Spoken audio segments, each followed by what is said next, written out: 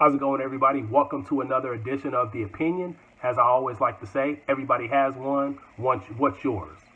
And so this is week 4 of college football. Boy, do we have some great ranked matchups, some good ranked and non-ranked teams going up against each other in Oklahoma State and Texas. But for the most part, this is a action-packed week.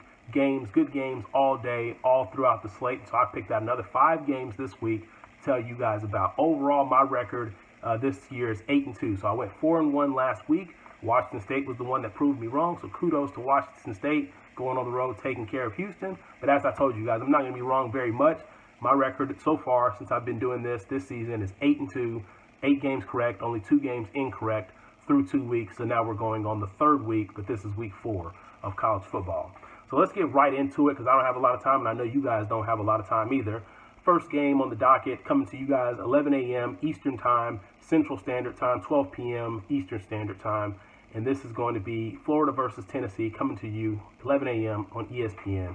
The only reason I put this game on the docket is because we know Tennessee hasn't been that impressive this year. In fact, they've been about horrible this season. But this is a rivalry game, and there's a little twist that's been added to the game. Kyle Trask is now going to be the starting quarterback, and he should be the starting quarterback probably for the remainder of the year, as I believe Felipe Franks has been injured for the rest of the season. And so this kind of throws a twist in it because this is a rivalry game. Now he stepped up versus Kentucky. However, that was in the middle of the game. Now Tennessee has had a whole week to prepare for him, and this could get interesting if he doesn't handle this rivalry game correctly. However, I think he will handle this rivalry game correctly because Florida, somehow or another, year in and year out for the most part, they find a way to beat Tennessee. And Tennessee these days, they find ways to lose. So even if the game is close, which I don't think it will be, I think Florida will at least win by at least 10 points, or 2 touchdowns or more. I think they're a 2-touchdown favorite, but I think they'll win by at least 10 points or more going away. I think Tennessee will battle, but I think Florida will find a way to win. And as I said, I think Tennessee these days find a way to lose. It's not going to be a pretty sight for Jeremy Pruitt going forward. Next game on the docket that we have is number 11 Michigan versus number 13 Wisconsin. Now Wisconsin's been very, very impressive the first couple of weeks. They haven't allowed a single point, so their defense is giving up through 2 games. Their defense is giving up 0 points per game. Jonathan Taylor's averaging 6 yards per carry. However, they haven't played anybody the likes of Michigan. Now, I know Wisconsin's at home. Michigan hadn't won there since about 2001 or 2002. No big deal. I think Shea Patterson steps up in a big way. He struggled versus Army, but I told you all, Army is a good team. Army is a better team than what most people give credit.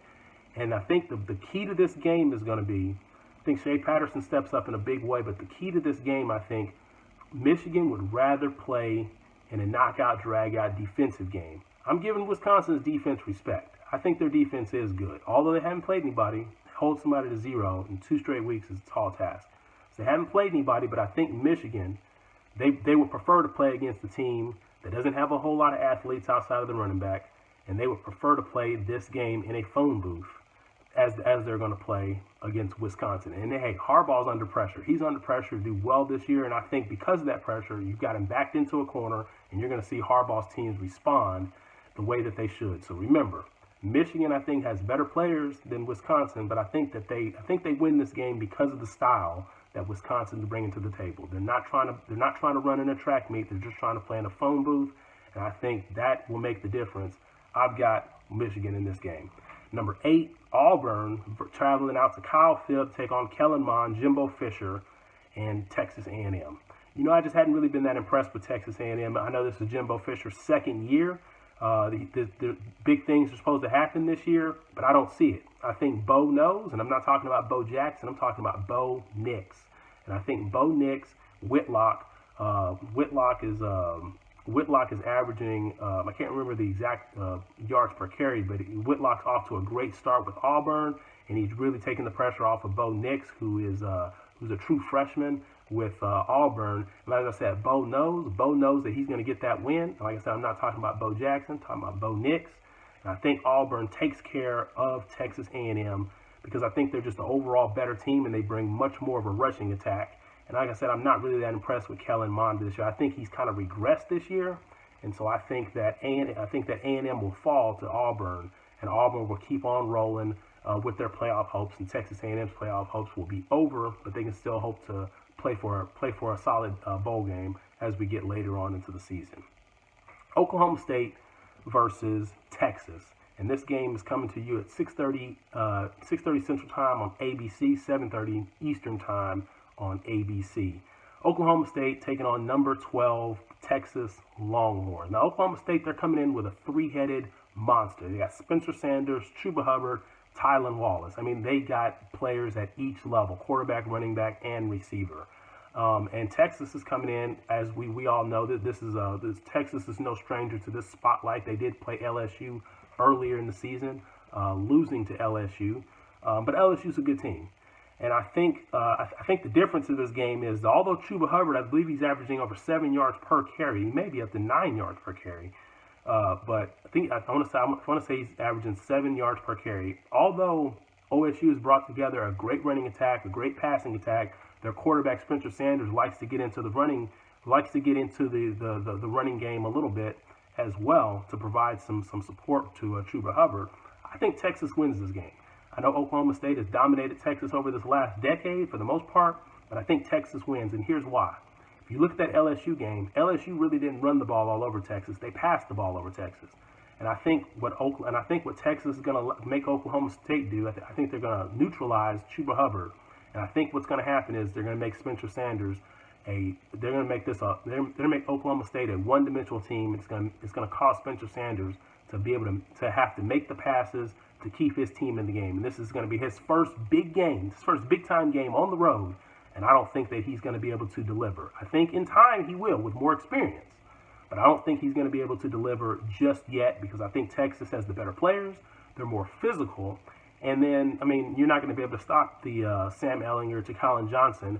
You can have great coverage, but the guy is 6'6". What is Oklahoma State going to be able to do about that? And we saw Oklahoma State's defense somewhat get exposed versus Tulsa. So they got exposed last week, and I think Texas is really going to expose them. So I got the Texas Longhorns taking care of the Oklahoma State Cowboys. Not this year for Oklahoma State over Texas. Texas is too physical. Oklahoma State struggles with that. So I got Texas over Oklahoma State, and that's just the way I see it. And then the game of the week, Notre Dame, number 7, Notre Dame, taking on number 3, University of Georgia, UGA. This game is coming to you all at 7 p.m. Central Time on CBS, 8 p.m. Eastern Standard Time on CBS. And in this game, I'm just going to tell you right off the bat, I think this is a great matchup. I think it'll be a game for about three quarters, but I think that Georgia will win this game by at least between 7 to 10 points. I think it could get close, but it could be a blowout. I mean, Notre Dame will have to watch out, but I think Georgia will win the game. And the reason why is because I think Notre Dame lack a rushing attack. Through 2 games, their top rushers are their quarterback and their running back. They both have 127 yards apiece.